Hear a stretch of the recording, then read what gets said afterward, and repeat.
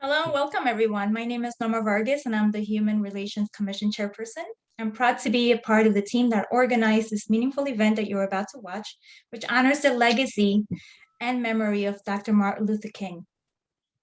We hope that the program is engaging, inspirational, and entertaining. I will now turn it over to my colleague and friend, Austin Morial. Hi, everybody. I'm Austin Morial, Vice Chair of the Highland Park Human Relations Commission. And I just wanted to thank everybody for taking time out of their Sunday to join us for what I'm sure is going to be an inspirational and hopefully as well as entertaining event. And we've got a great lineup of speakers as well as an amazing award recipient today. And we'd like to get the event started today with invocation. Pastor Greg, are you on the call? He was here. He seemed to have lost it.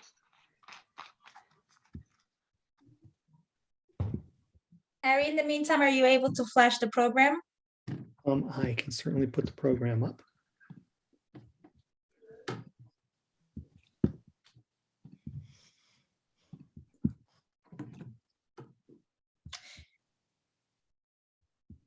This is today's program, everyone. While we wait for Pastor McLendon to join us, should we put up the welcome address by the mayor, perhaps?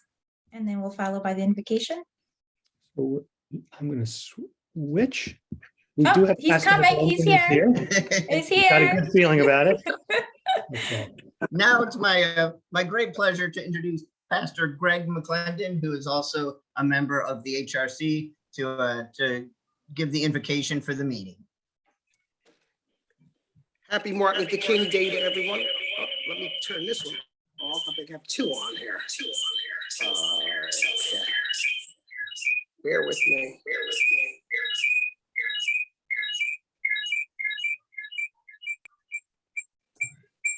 Okay. Yeah, it's greetings, and we are grateful to be a part of this celebration. And let us pray. Father, we thank you for this opportunity on today, for it is given to only a few people, oh God, to rise above the crowds and become symbols of hope and symbols of passion to all of us. We thank you on this momentous day for these persons, from Moses to Christ to Gandhi to Martin Luther King Jr., and for the way they remind us of your care and grace for all the little ones of the earth. We praise you today, God. We praise you on this day, the Dr. Martin Luther King's Day, for the qualities that shaped his life, for a strong sense of justice that regarded all souls as having importance in your eyes, for an unshakable belief in love and gentleness that would not permit him to turn to violence, but rather he believed in love and gentleness that would not permit him to turn away. We thank you today, God, for the ultimate trust that he has in you. And you and I, amen, as you equip us, would never abandon, never walk away from the truths that he stood for. We mourn that the world did what they did to him, the pain and the degradation, and finally his death. But Lord, today we celebrate the dream for which he stood, of a society where the lion and the lamb would lie down together, and the children of all races and backgrounds would mingle together in sweetness and in harmony of spirit. Help us on this day to be committed to that dream as he was, to care as much about the poor and the disenfranchised as he did. Oh, Father, to care as much and also to be prepared to pay the price that he paid to ensure its ultimate success. Father, I pray on this day that you would teach us all to love each and every man, woman, boy, and girl. Teach us to love as brothers and sisters, and to care as much about their welfare as we care about our very own. and grant that we shall always, always, always have heroes about our own. And grant that we shall also walk and admire them for their moral clarity, the unremitting courage, and the passion for righteousness. Oh God, that your name and your way may be honored in all the world. I pray this prayer with everything in me, in the power that God gives us. He's our Savior, we pray. And we all said amen, amen, and amen.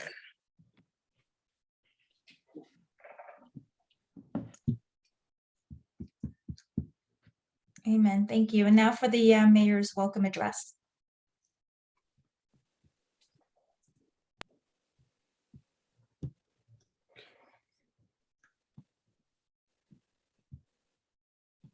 Three.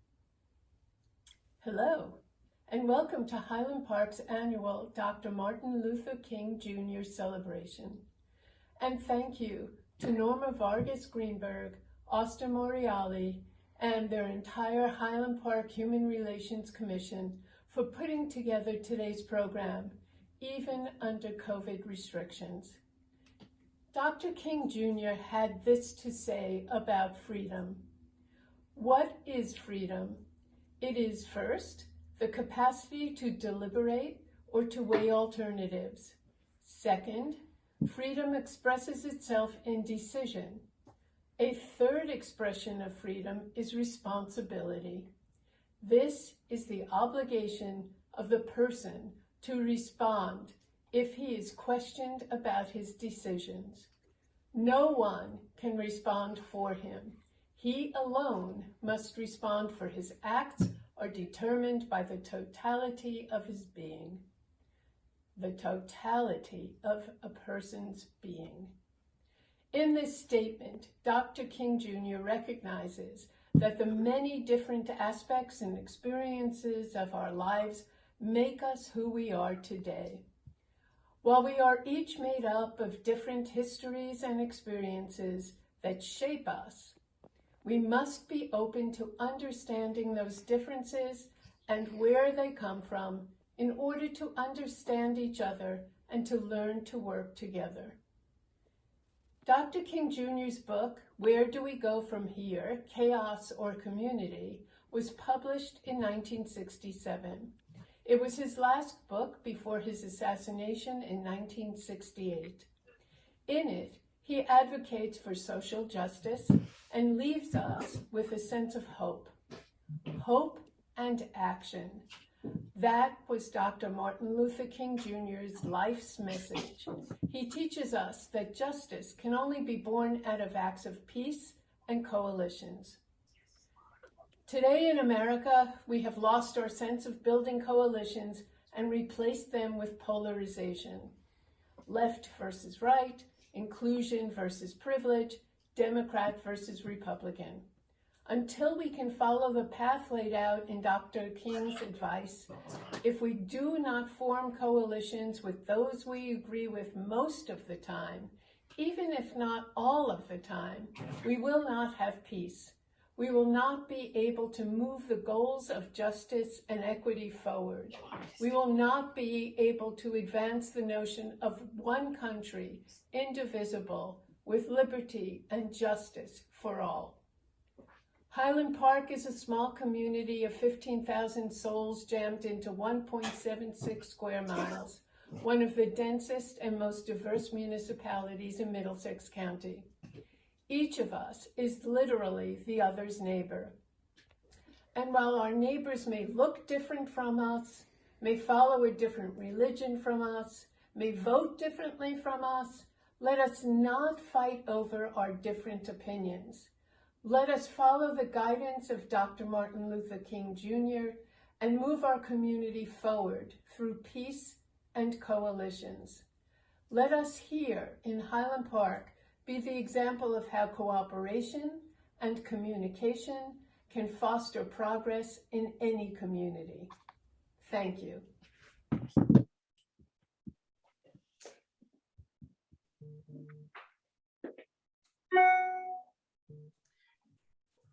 And thank you to the mayor remotely. I apologize for any background noise you may hear. I'm in the office and it appears that a party has sprung up in the room outside my office, and a DJ has just started playing. So I'm sorry about that. But next on the agenda is Pastor Terry Stokes, who will be speaking on some reflections on the legacy of Dr. King. Pastor Terry is a resident of Highland Park. He has a Master of Divinity from Princeton Theological Seminary. He's an associate pastor at the Reformed Church of Highland Park, and he is the author of a book from Convergent Press entitled Prayers for the People. Thank you, Austin. And thank you all for the honor to share a few remarks with you today. Friends, colleagues, and neighbors, I'm honored to have this opportunity. Over the holidays, I went to visit my parents for a week. On one of our mornings together, we went to IHOP, and over pancakes, our conversation eventually turned to how my parents enjoyed listening to my sermons at RCHP, the Reformed Church of Highland Park, from afar through our live streams. My father at one point said, "Even though we may disagree about some things, even though I'm not fully with you when you start to rail against capitalism, we're proud of you and we support you." He had said similar things to me over text before, but as this was the first time he had said it in person, I jumped at the chance to try to bridge the gap, the semantic gap between the two of us. I said, "Dad, correct me if I'm wrong, but I think when you hear the word capitalism, you think things like free enterprise, entrepreneurship, self-determination, and the American dream. When I say the word capitalism, I'm thinking about a system that values profit over people, a system in which companies, CEOs, and shareholders are more than willing to exploit, oppress, and even kill people to make a profit. When you hear the word socialism, you hear a government-controlled economy. When I say the word socialism, I'm talking about a worker-controlled economy. America, a white supremacist project made possible by the theft of power and truth and resources, or a country built by Black people and immigrants. The military, an institution that's allowed poor and working class people to do noble things around the world, or an institution that steals money that should be going to housing and college and investment in poor communities so that the military isn't their only option for gainful employment. Europe, the site of various models of democratic socialism and economies that place humanity over capital, or a collection of countries that exist because our capitalist innovations and prosperity saved their tails in World War II. So we went down the line, mapping out where we located ourselves within the semantic range of these words that are fundamental to the lexicon of liberation.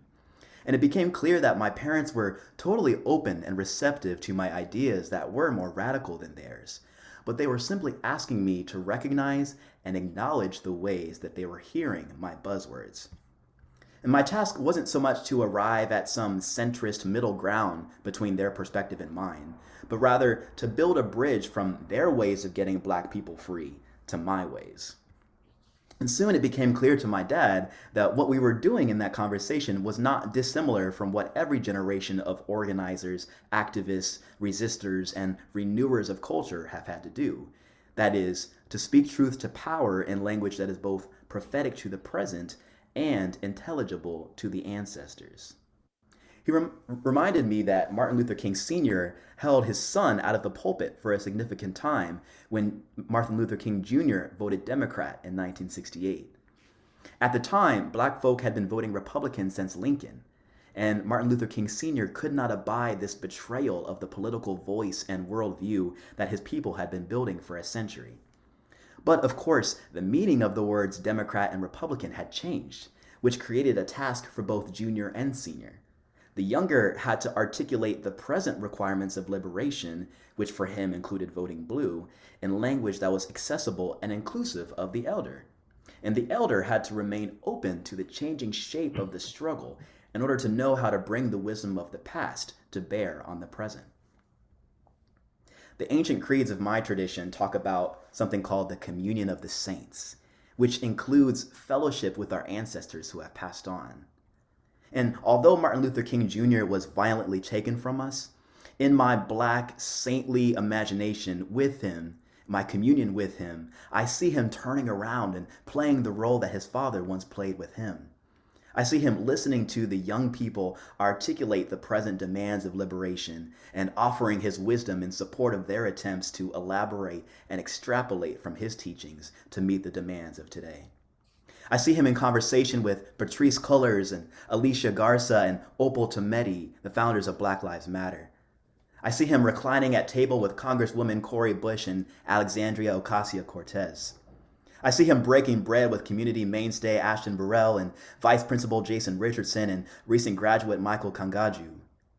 I hear him engaging with the ideas of modern-day inheritors of the struggle for Black abundance, many of whom have internalized his teachings on the three evils of capitalism, militarism, and racism. Those who have organized their political frameworks into an integrated call for the abolition of police and prisons and the entire American carceral system. I hear Martin Luther King Jr. engaging with new or repackaged concepts of police defunding and abolition, climate change and environmental justice, ableism and disability justice, anti-patriarchalism, LGBTQ affirming theology and policy. He might face mental blocks while doing this, but he's asking good faith questions. He's listening, he's reevaluating, he's deconstructing, he's reconstructing, and passing batons. I see him poring over our blueprints for self-determining Black communities and adding sketches from his own time-tested kit of sanitary workers' strikes, poor people's campaigns, direct actions, political education, and theological proclamation. I see him being pleased but not surprised by our visions of taking back our money out of police budgets, military budgets, shareholder profits, and putting it into universal basic income, universal housing, universal college education, universal health care and child care, and public transit, neighborhood councils, mental health support, restorative justice programs and conflict mediation, and non-police oriented community safety.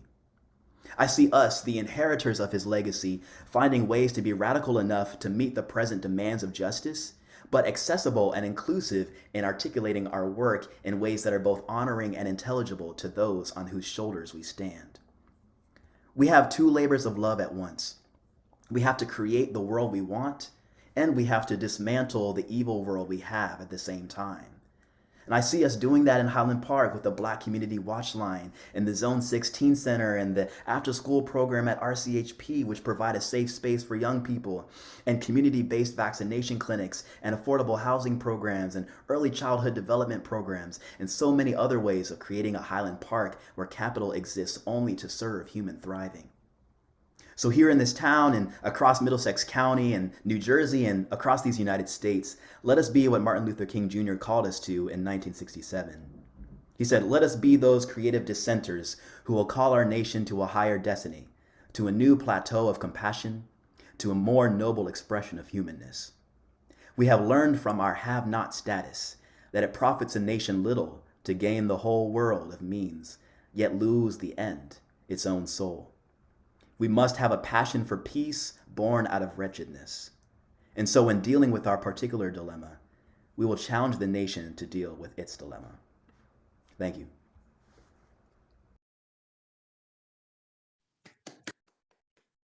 Wow, thank you so much, Pastor Stokes. That was very inspirational. Thank you so much. Our next speaker is Adina Brown. Adina lives in Middlesex County with her husband and her two children. She's a former elected official and got her start in community advocacy through her work with the National Alliance on Mental Illness, New Jersey chapter, where she is currently a member of the Board of Trustees. Her time in office increased her desire to help more women learn about local government and run for office. And she recently joined Emerge New Jersey as a founding cabinet member, helping to mentor women how to run for public office. Adina has also authored and self-published a book titled Make Humanity Great Again and established IHP Global, a culture and inclusion company. She continues to bring communities together as co-chair and my co-chair of the Middlesex Black Jewish Coalition and works with other organizations such as CASA and Jobs for America's Graduates to advocate for underserved children. I present Adina Brown. Thank you. Thank you, everybody. Good afternoon. Good afternoon. All right. I'm already hoping everyone can hear me. That's my typical first question, but I won't ask. I know it's a little tacky these days. We should be used to this by now. So I want to just start off by sharing a brief experience, something that happened many, many years ago when I was in my late teens. I had joined a new church. I was really excited, and there were so many things I loved about this church, but top three was the beautiful scenic drive to this church. It was especially beautiful in the winter when all the hills were snow covered and the trees were snow covered. The other thing, of course, is I did like the sermons. They were uplifting. Gotta like that part. And then I liked the people. They were always so welcoming, always so kind, except for one. There was one woman in particular who, no matter when I saw her, going or coming, whenever she was leaving, coming in, you think she'd be smiling. She never was. She always had a scowl on her face. And so my brave self, I decided one day when I saw her in the hallway to go up to her. She was a tall woman, a little bit older than me at the time. She was in her early 20s. Like I said, I was in my late teens. And I was a little nervous, not gonna lie, I was very apprehensive, but I wanted to understand why this woman with this beautiful church and this beautiful place and just everything about it, so nice and friendly, was always scowling and always frowning. So I walked up to her and asked how she was doing. She was a tall blonde woman. I remember in particular, she had like a short haircut and she was lovely. She was just beautiful. I'm like, what kind of cares could this woman have? So during the conversation, I just said, hey, how are you? You know, how's work? What do you do? She shared a lot about what she did for work, about her family life. She had a younger sister who I'd seen in and out of the church as well. But deeper into the conversation, standing right there in the hallway in church, she revealed to me that she suffered from multiple sclerosis. And it all came rushing to me. The fact that all this time I had been internalizing her frowns and her scowls, taking it personally, thinking she just didn't like me. And literally, she told me she was in so much pain, she couldn't sit. So during the services, she would often sit down, get back up, walk into the hallway, hence the scowl, because the pain was so much that she couldn't bear to sit for long periods of time.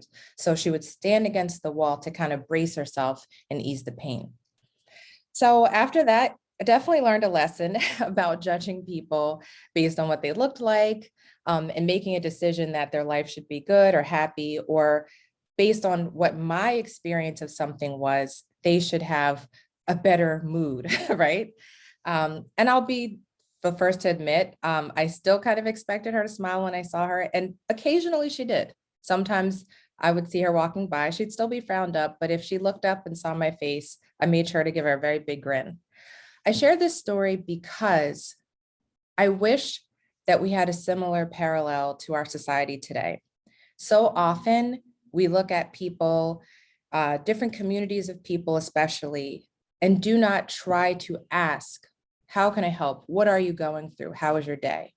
And to me, that is the most tragic part of humanity. We've evolved so much, but yet we still don't take the time to ask such a simple question. So in honor of Dr. Martin Luther King Jr., because today we're really thinking about his message and all the hopes and dreams that he's had for us as a society. And while we've definitely moved forward, we're still doing a lot of judging people and not building bridges, and instead really kind of tearing them down. And of course, we all know we're in this space of like political polarization, to mask, not to mask, to vaccinate, to self-medicate. And what we really kind of need to do is just look at how we can help other people, but most importantly, first understand other people. And that's really how we build bridges, right? We can make a lot of assumptions. We can see riots and we can look around and just really think that people are so barbaric without taking the time to realize their pain and their suffering, even if it's not worn on the outside. So today, I'll be brief.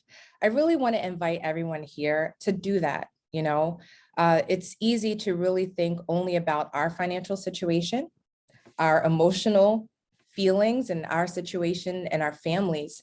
and not take the time and recognize that other people might be really, really going through hardship, no matter how much makeup they have on, no matter how nice they look on the outside, right? So I just want to offer that note today. I just want to offer that feeling of understanding ourselves, but also really, really doing whatever we can to reach out and build bridges and create more unity with other communities. As an elected official and as the co-chair of the Middlesex Black and Jewish Coalition, I have learned more than I ever did before how alike a lot of marginalized communities are. It's interesting because we don't really share the same experience, but we're kind of similar. And we are really the only ones who can understand some of these biases and discrimination that we go through. So I invite you to take every opportunity that you can to lift one another up, build those bridges, join hands with other marginalized groups, whether they are of differing cultures, genders, sexual identities, and just ask the question, how are you? How can I help? And before I go, that was a quick one, right? Before I go, I'm going to ask you the question, not only my fellow panelists, but also the people listening. How are you today? And I know everyone can answer, but I'm hoping that your answering is a wonderful, resounding good. And if it's not, please, please, please feel free to reach out to the many organizations that work to help people in our community. Thank you so very much for having me today. Thank you. Thank you so much, Adina, and for encouraging us to, reach out and become not just a stronger, more inclusive community, but let's just build those bridges and let's cross those bridges and not tear them down. Thank you for that message today. I really appreciate it. We will now show you a short presentation introducing our fantastic and dedicated HRC members, followed by a musical presentation of Lift Every Voice by New York City's PS 316. Take it away, Harry.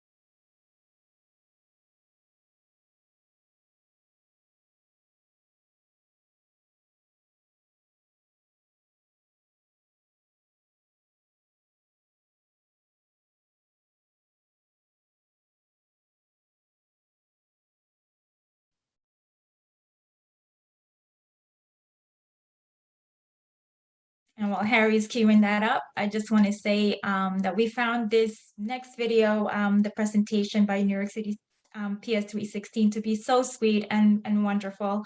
And next year, we hope that we will have our own schools involved in this project and they'll be singing Lift Every Voice. Got it, Harry? Here we go.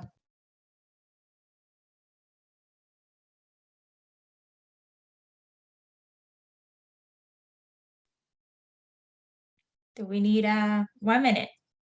All right. So how is everybody? We're good. We're good. We're happy to be here. Adina, that's such a wonderful reminder. I appreciate that. Thank you. Yeah, thank you. This is, we always have to remember that this moment is not just about like someone's name, right? I feel like a lot of times people just inject MLK, and don't really think about what he was really hoping for all of us. So yeah, just like Pastor Stokes was saying before. Thank you. We gotta keep that. Are we good? We're good, Harry? Yeah. All right, here we go.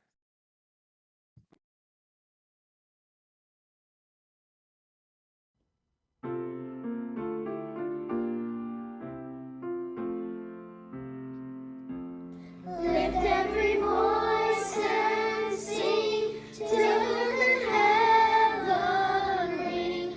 Ring with the harmonies of liberty. Let our rejoicing rise high as the listening skies. Let it resound loud as the rolling sea. Sing a song full of the faith that the dawn past has taught us. Sing a song full of the hope that the present has brought us.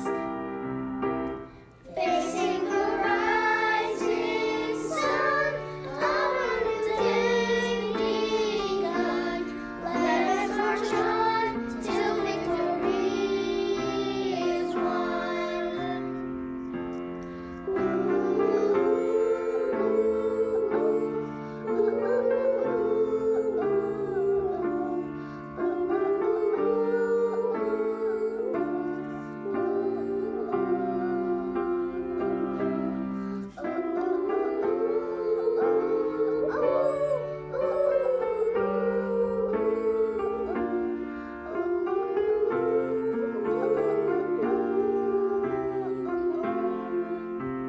Sing a song full of the faith that the dark past has taught us. Sing a song full of the hope that the present has brought us. Facing the rising sun of our new day begun. Let us march on till victory is won.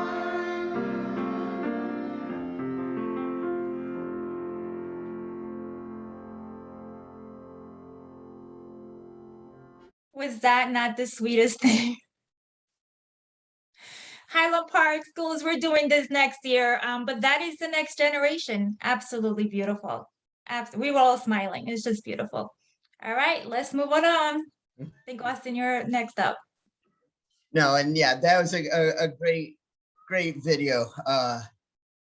We when we were looking at different versions of that song, we found an absolutely beautiful Alicia Keys video, and who absolutely beautiful performance. But I think the kids really just sum up what the song and what tomorrow is all about. And like Norma said, that they are the future and the hope that we rest upon. But now for the reason we've all gathered here today, the Humanitarian Award. The annual Highland Park Human Relations Commission Martin Luther King Jr. Humanitarian Award is given to a resident of Highland Park who has demonstrated dedication to improving the well-being of the residents of Highland Park and of New Jersey as a whole, and who has shown determination to persevere in their efforts despite the myriad obstacles they may encounter.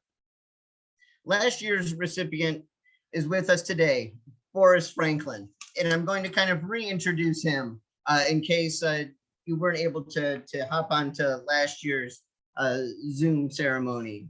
But Boris Franklin is a formerly incarcerated individual who served 11 years in prison and who is now a lead community organizer with New Jersey Together. Boris graduated from Rutgers, New Brunswick, with a BA in sociology and a minor in psychology. He is an instructor for Rutgers University's Teen Gateway, a work-ready program for at-risk youth. He sits on the board of the New Jersey Prison Reentry Program, is a visiting fellow at the Global Center for Advanced Studies in Brooklyn, and is an advocate for prison reform and social justice. And among all of that, he somehow has also found time to be the author of The Poetic Side of a Man's Mind, And he's also the author and actor of the play Caged, which was recently produced and performed at the Passage Theater in Trenton. And it's my great pleasure to introduce Boris Franklin to present the award to this year's recipients. Thank you, Austin. And it is truly my pleasure and honor to give this award today to such an amazing individual. And hopefully in my introduction, you can hear how inspired I am by today's honoree. Norma Bowe has an undergrad degree in nursing and community health, a master's in health administration, and a PhD in community health policy. She began her career bringing medical care to rural areas in Florida County, Virginia. She has also worked in the ICU, ER, and hospice, assisting with those patients transitioning from life to death and families experiencing loss and bereavement. Later, she worked as a psychiatric nurse advocate for the mentally ill.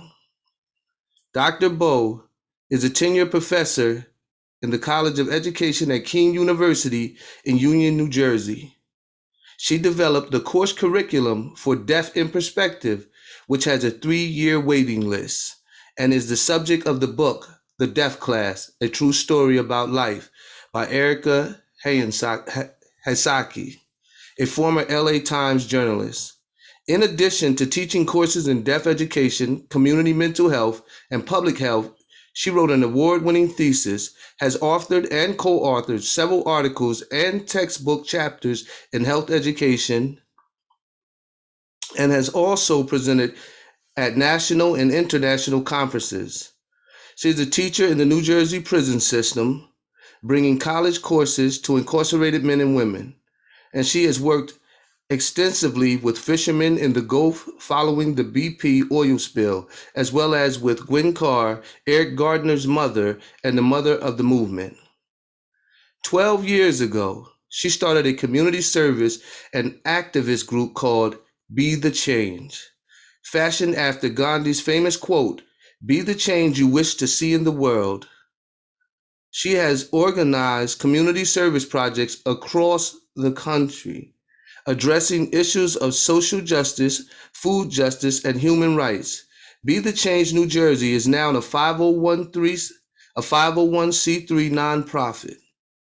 Since the beginning of the pandemic, Dr. Bowe has been relentlessly supporting the community with BTCNJ and an emergency pandemic food pantry. In the last 2 years, 19,200 boxes have been delivered to doorsteps in over 7 counties. The foods include fresh produce and shelf-staple items. The target group includes food insecure and families with COVID, as well as hundreds of elders and immune compromised. In February 2021, Dr. Bowe and Be the Change New Jersey and the Reformed Church of Highland Park Affordable Housing Corporation applied for grant funding from the Center for Disease Control and the New Jersey Department of Health. These funds created Global Grace Health COVID Response Team. Their COVID information and vaccine outreach primarily focused on vulnerable and underserved populations such as the undocumented, homeless, refugees, and food insecure. Outreach locations include Highland Park, New Brunswick, Lakewood, Newark, Manville, Somerville, Perth Amboy, and Piscataway, as well as several other towns throughout the state. The outreach locations were determined by low vaccinated rates and locations of vulnerable and affected populations.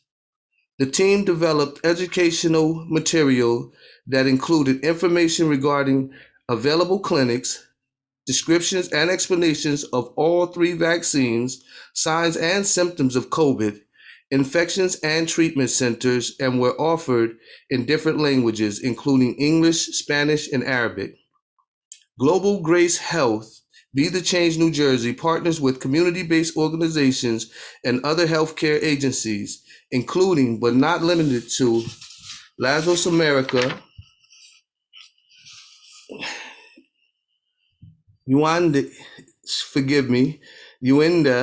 Casa Freehold, Middlesex County Health Department, Salvation Army, Destiny's Bridge, Highland Park Board of Health, King University, Rutgers University, Interfaith Rise, Main Street Highland Park, Eric B. Chandler Clinic, St. Peter's Hospital, St. Joseph's Church in New Brunswick, Elijah's Promise, and Catholic Charities.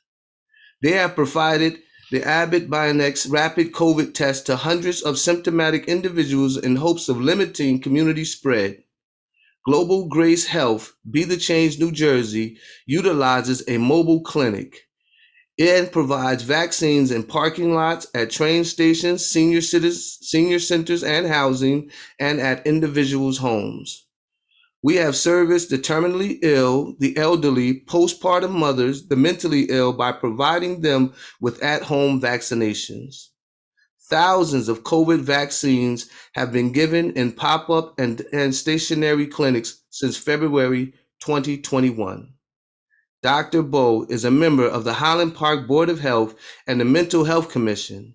She also serves on the Highland Park's Mayor's Wellness Campaign, and she is a well-deserved recipient of the 2022 Highland Park Human Relations Commission's Martin Luther King's Day Humanitarian Award.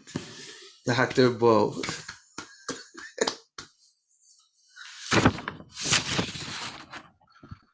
Oh, thank you so much. Thank you. You all, I've been thinking for days about what to say at this ceremony. I can't begin to tell you how humbling it is to accept an award from your hometown on a day when we celebrate Dr. Martin Luther King Jr., one of the greatest men in our lifetimes. I'd like to share some of my thoughts about the work we've done, kind of in the spirit of building bridges and community. Honestly, we didn't set out to do anything extraordinary. The helplessness, especially in the beginning of the COVID pandemic, drove us to do something. In such an unprecedented time, I wanted to be able to look back and say that we stood up and helped our neighbors and did something to make things better, easier. Dr. Martin Luther King Jr. said, "The time is always right to do what is right." Here's some vaccine stories, a little glimpse into the work. She wept after her second shot. Her mother died from COVID just months ago in Peru. Vaccines are not widely available there. The hospital in Peru did not have the capacity to allow her a last goodbye phone call with her mom. Her mother was only 58 years old. So she weeps through her second dose of Moderna. She says she feels lost. I think about all the lost from this virus. Dr. Martin Luther King Jr. said, "If you can't fly, then run. If you can't run, then walk. If you can't walk, then crawl. But by all means, keep moving." Vaccine story. They come together and sit in both chairs. She is scared and he has questions, so many questions. They explain that they are both chronically and persistently mentally ill. They tell me all of their medications. I listen patiently and let them know that the vaccine won't interfere with their meds. She shows me her inhaler. He tells me he is worried for her. They hold hands for the shots. Afterwards, she cries. She is inconsolable. I ask her if she is okay, and she says she is crying because I am nice. They say that no one is ever nice to them. Ever. No one. Dr. King said, "Faith is taking the first step, even when you don't see the whole staircase." Vaccine stories. He sits in the chair. His sister talked him into this appointment. He wants the vaccine in his right arm, even though it's his dominant hand. I ask him why, and he says he hasn't had health insurance in years and can't afford his blood pressure medication. He says his blood pressure is high. He wants the shot in the right arm so that if he has pain in his left, he will know he is having a heart attack. And another, he had COVID in the fall. The chills were unbearable. He couldn't breathe. He didn't eat or sleep. Nothing stayed down. It went on like this for 9 days. I asked if he went to the hospital. No, he says. He has no insurance and is afraid of ICE. Dr. Martin Luther King Jr. said, life's most persistent and urgent question is, what are you doing for others? Vaccine story. The VNA of Central New Jersey brings us the vaccines. They have an incredible team, Tom, Fran, Dylan, and others. Pastor Seth Capperdale of the Reformed Church of Highland Park and the Affordable Housing Corporation has masterminded the procuring of an RV, and now we have a mobile clinic. We serve the most vulnerable populations in parking lots, behind dumpsters, the homebound, the very elderly, postpartum mothers. And you all, not all heroes wear capes. Abby Stern Cardinal, Nayla, Allie, Anna, Grace, and so many others from the HP Vax Help group. Not only did they get so many in-town vaccine appointments in the early days of impossibility, but they volunteer at our clinics, helping everyone get registered. We are interpreting information in 5 languages, and other volunteers like Jenny Chapman and her father, Chip. Nothing would be possible without Dr. Denise Livingston. Teamwork makes the dream work. And Dr. King said, the ultimate measure of a man is not where he stands in moments of comfort and convenience, but where he stands in times of challenge and controversy. Vaccine story. The Global Grace Health team is pretty incredible. We've become a well-oiled unit.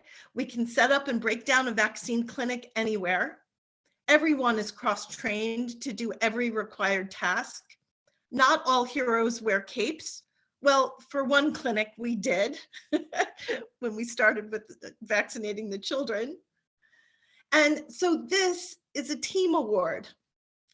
And thanks go to Nika Stone, Andrea Mesa Mendoza, Linda Salfis, Namira Franklin, Sarat Busari, Sheila Griffin, JD Holgren, Aaron Pines, Norm Travis, Quincy Galliard, and a huge thank you to the Epidemiologic Laboratory Capacity, the Center for Disease Control, the New Jersey Department of Health for the funding for this project.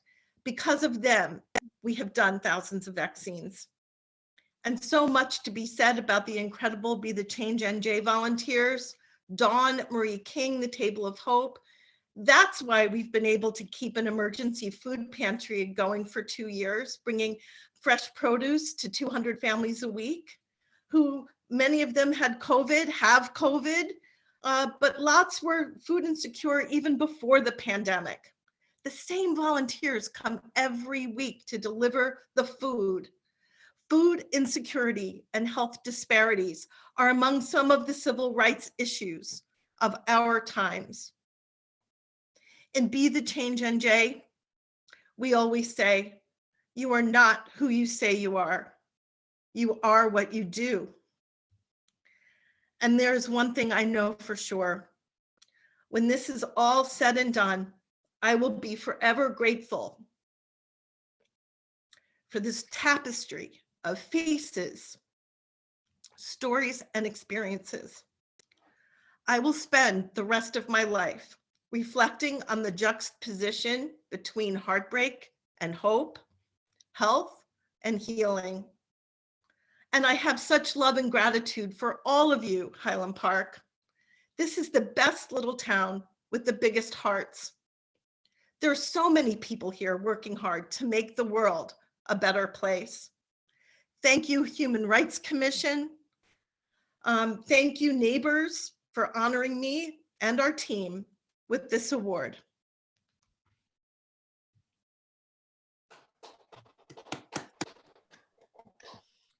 And since we couldn't do this in person, here's a picture of us presenting Norma earlier today with the award in front of Borough Hall. Yay! So well deserved. So very well deserved, Norma. You are an inspiration and a role model to us all. And Highland Park thanks you. The state of New Jersey, thank you. Everyone thanks you.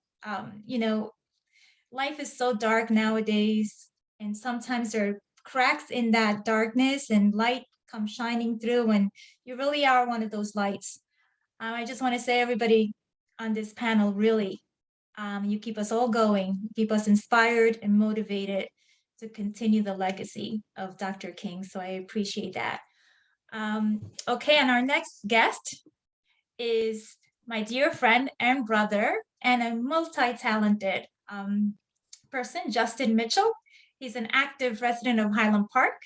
He is an entrepreneur and a painting contractor and an elder with the Reformed Church of Highland Park.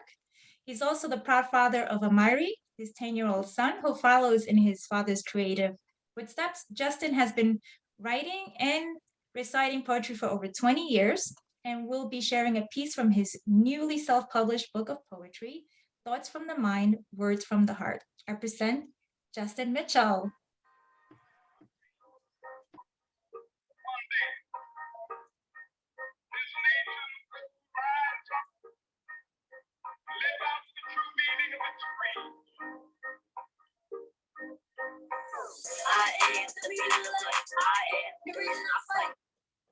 I just wanted to share a snippet of the song that Amari is going to be performing tomorrow at the Humanitarian Awards banquet, because like you said, he is the my continued legacy as my son. First of all, let me just say it's an honor, privilege, and a blessing to be on this panel.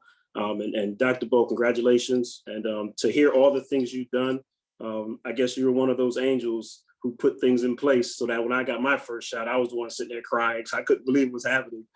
So thank you. And it's an honor, a blessing, a privilege. So what I'm going to share with you is a poem that I wrote many years ago. It's called A Dream Builder, Story Untold. And the premise behind it is, for many, many years, I didn't know who I was. I didn't know what I was capable of because the color was written out of the history books. And I didn't learn about African-American history and culture until I was 24 years old. I literally went up to someone and said, look, I don't know my history and culture, what do I do? And she said, go get this book. And the book she recommended was, it's called The Great American Century by Cornel West and Henry Louis Gates Jr. And that book is a biographical sketch of many, many men and women of color who achieved such great things over the century from 1900 to 2000. And it inspired me, encouraged me. So I started dreaming. So here's my piece, and I hope you all appreciate it as much as I do. The Dream Builder, a story untold. All of my dreams have been exposed across the canvas of a story untold. But if it had not been for the broad face of death, my dreams might have never been sown. So full steam I go. I'm being constantly fed by the unmistakable danger of he who has perished for the lack of knowledge. But knowledge is power. But in the responsibility that follows, some say, why bother? But I say, why should I not go where the unstoppable flow of wisdom is freely given? Where the teacher wastes a student for more bait to catch a glimpse to an even brighter future. See, the road is clear and the light is closer than near. And for years, these words will build the bridge of an ancient landmark of a surface to scratch and dig. The beginning has begun. I'm walking into the shadows of the rising sun where, oh, say, can you see? Into the symbolisms behind the ages of warfare that are playing chess games as armies. See, I've awakened to find myself many miles away from a former mental state where the platform of hazardous thoughts gave way to peace unimaginable as they prayed. See, I was entertaining angels after angels. And as a result, the perceptions of my heart's points became smooth angles of compassion. And while I grew, the death angels sought refuge in the masses, the brothers and sisters with whom I ran after. Rest in peace, Marcus. My last words will be someone's first. A death without dying will be someone's birth. And once all said and done, my dreams will proceed the hearse. So find a gemstone on this pebble called Earth. Walk the Milky Way, and the next galaxy you discover will be yours. Dream on, brother. Dream on, sister. Then explode. Dream builders dream to achieve their goals. The Dream Builder, a story untold. Peace and blessings.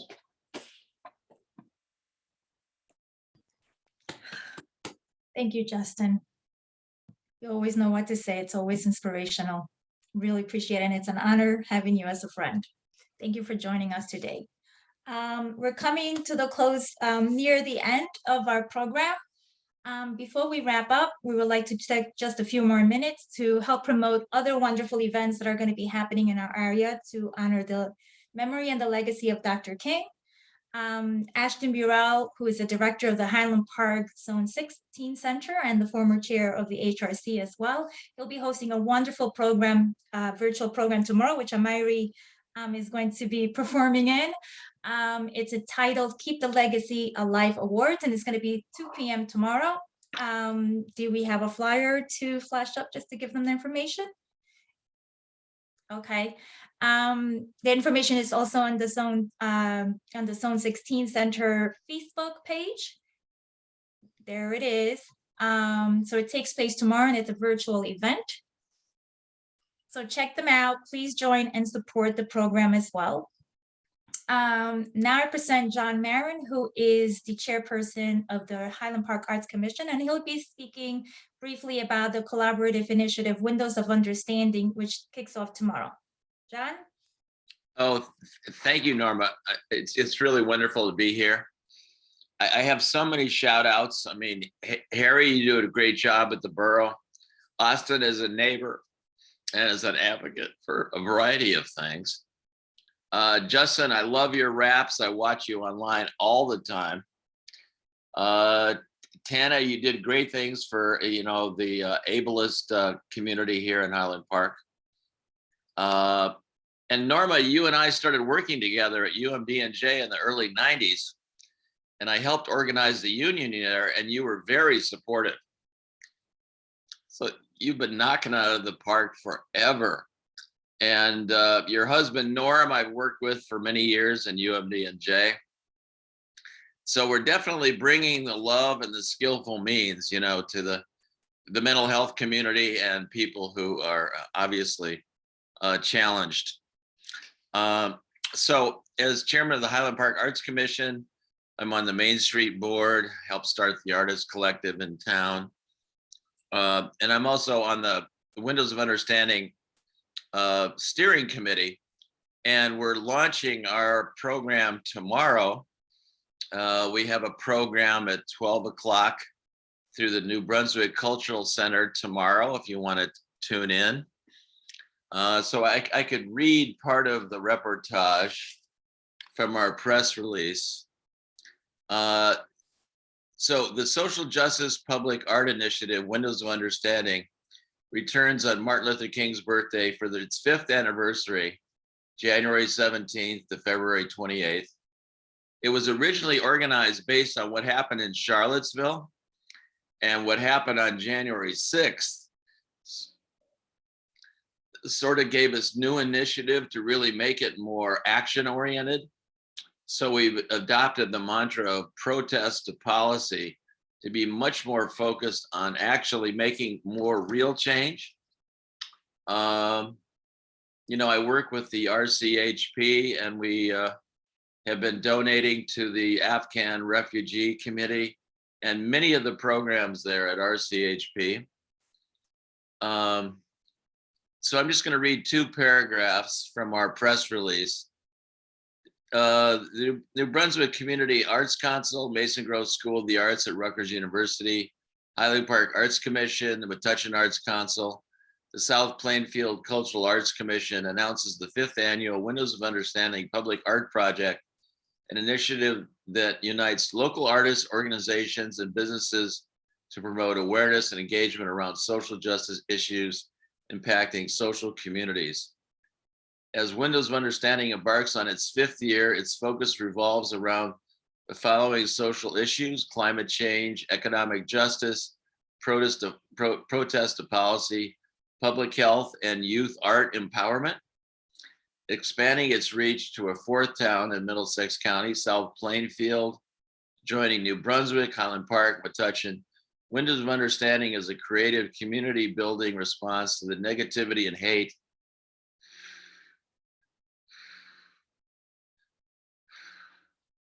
being perpetuated in today's media landscape. It is through visual language that artists can communicate methods of understanding in powerful ways that cut across culture and boundaries. We have 24 nonprofits that we're serving, through public art in Highland Park, Metuchen, New Brunswick, and South Plainfield. We have 30 artists, and it's a social, justice public art initiative for the 5th year. It kicks off tomorrow, January 17th through February 28th. So you'll be seeing a lot of public art in Highland Park at the Rite Aid Pharmacy, in New Brunswick, out in Metuchen at Berkeley Hathaway. We have a little Warren Buffett highlight there of compassionate capitalism. And generally we're focusing on, youth empowerment. And some of our partners are Give a Hoot in town, the Food Pantry, Replenish, the Gay, Lesbian, Straight Education Network, the Food Pantry, the NAACP, Food and Water Watch, the RCHP, Affordable Housing, New Jersey Black Women Physicians, and Sustainable South Brunswick. South Plainfield. We also have tables and days of understanding in which we will be doing films, workshops, panels, youth art exhibits at the Hungarian Foundation Gallery starting in Metuchen. We'll have a virtual program of local youth art in New Brunswick. Sarah Grunstein, Mega Hawthorne, Shauna Figueroa have helped us bring the youth art into the social justice realm. And we'll be doing well-being programs in January through Dina's Dwellings. So our partners in New Brunswick, the New Brunswick Cultural Center, the Arts Institute, Middlesex County, the Highland Park Borough, Rite Aid Pharmacy. You'll be seeing a lot of great art. I'm going to be curating more art there this week. Check it out. And so our general partners have been the Mason Gross School of Arts, the New Brunswick, Metuchen, South Plainfield, and Highland Park Arts Councils, and the RU Division of Diversity, Inclusion, Community Engagement. Have I talked too much? Have I said too much? We want to wrap up, but thank you so much for that information. Okay. And we can find it on the Facebook page, the information, Yes. so that we could all walk around town and look at this beautiful, meaningful art. Okay, let me just get it. So www.windowsofunderstanding.org. And if you look on Instagram at Windows of Understanding, we see through hate. Vemos más allá del odio. Okay, that's it. Wonderful. Thank you so much for Thank you joining us, John. Sorry. Thank you so much. No, it's okay. We're good. We're good. We're gonna share the information on the HRC Facebook also to help promote. Thanks the much Windows to of all of you. Understanding. Dharma, I love you. Love you too. All right. Thank you all for joining us today. This recording, I hope the recording of today's program will also be available on the Boris website. So for those, please let people know that couldn't join us today or were having any technical glitches to please be on the lookout for that. We hope that we will be able to bring this program to you in person next year. I want to thank everybody involved in bringing this program together. A big shout out to Harry Glazer, who is just a wonderful human being. He's the mayor's aide and the public information officer, and our host today, who made things run very smoothly and kept us on the schedule. Of course, my colleague, Austin Morial, who's my vice chair on the HRC, and our fantastic council liaison, Tara Canavera. And of course, all the wonderful, wonderful speakers that we had today. You all inspire us. Please doing the work, bringing the light and building those bridges. And Dr. Bo, I don't know how you do everything you do, but you're a wonderful, wonderful person. And it's really an honor to have met you and to present you with the award today. Okay, and thank you all. Please stay safe, healthy, and strong. Stay focused on unity, equity, and justice. Until next time. Love you guys. Everyone. Thank you. Hasta luego. Ciao. Congratulations, Dr. Bo. Congratulations, Norma. Congratulations. Norma, I wasn't planning on crying today, but you got Oh, me. right? You got me. I think we during were your, all, your I think acceptance everybody here is so speech. inspirational. Just Oh, thank you. And That's Boris, beautiful. I love your daughter. Wonderful. She has that same laugh. It's hard. Thank you so much. It was such a pleasure. Thank you. And you Thank truly you guys. Thank you for joining us and thank you for your support. Norma, you rock. Thank you. Norma's the best. She got my family vaccinated and I'm so appreciative of that. Thank you, everyone. Okay. All right. Thanks, Harry. Thank you, Harry. See you later. Enjoy. Let's keep it going. Thanks, Miss Vargas. We appreciate it. Take care.